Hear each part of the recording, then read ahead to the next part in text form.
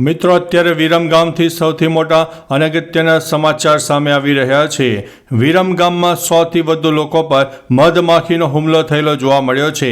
હનુમાન જન્મોત્સવ નિમિત્તે આરતી બાદ શ્રદ્ધાળુઓ પ્રસાદ આરોગી રહ્યા હતા તે દરમિયાન અચાનક મધમાખીનું ઝુંડ આવી ગયું હતું। હવે મિત્રો સમાચાર વિસ્તારથી જાણીએ તો ગુજરાતના વિરમગામમાં અનોખી ઘટના બની। શનિવારે હનુમાન જન્મોત્સવ નિમિત્તે હવન અને આરતી બાદ શ્રદ્ધાળુઓ માટે પ્રસાદનું આયોજન કરવામાં આવ્યું હતું। ત્યાં અચાનક મધમાખીનું ઝુંડ શ્રદ્ધાળુઓ પર ત્રાટકી પડ્યું અને નાસભાગ મચી જવા પામી હતી, જેમાં 100થી વધુ લોકો તેનો ભોગ બન્યા હતા અને 20 લોકો ઈજાગ્રસ્ત થયા છે। વિરમગામ શહેરના બોજવા વિસ્તાર નજીક સીમમાં પ્રખ્યાત સિંગડાથળ હનુમાન દાદાનું મંદિર છે, જે હનુમાન જન્મોત્સવ નિમિત્તે સવારે હવન આરતી સાથે મહાપ્રસાદનું આયોજન કરવામાં આવ્યું હતું, જેમાં આસપાસના 4થી 5 ગામના લોકો ભેગા થયા હતા। હવન અને આરતી સંપૂર્ણ થયા બાદ લોકો પ્રસાદ આરોગી રહ્યા હતા।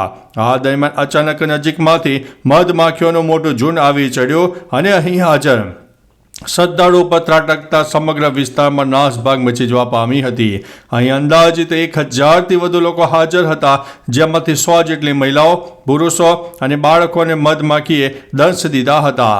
આ નાસભાગ દરમિયાન લોકો જ્યાં જગ્યા મળે ત્યાં પોતાને બચાવવાનો પ્રયાસ કરતા હતા, જેમાં અમુક ગોદડા નીચે સંતાઈ ગયા તો અમુક વાહનોમાં બેસીને રક્ષણ માટે ભાગ્યા હતા।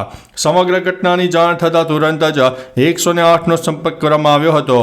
માહિતી મળતાની સાથે જ 4 એમ્બ્યુલન્સ વાહન તાત્કાલિક ધોરણે ઘટના સ્થળે પહોંચીને પીડિતોને પ્રાથમિક સારવાર આપવાનું શરૂ કરી દીધું, જેમાં ગંભીર દંશવાળા 20 લોકોને હોસ્પિટલ ખસેડવામાં આવ્યા હતા।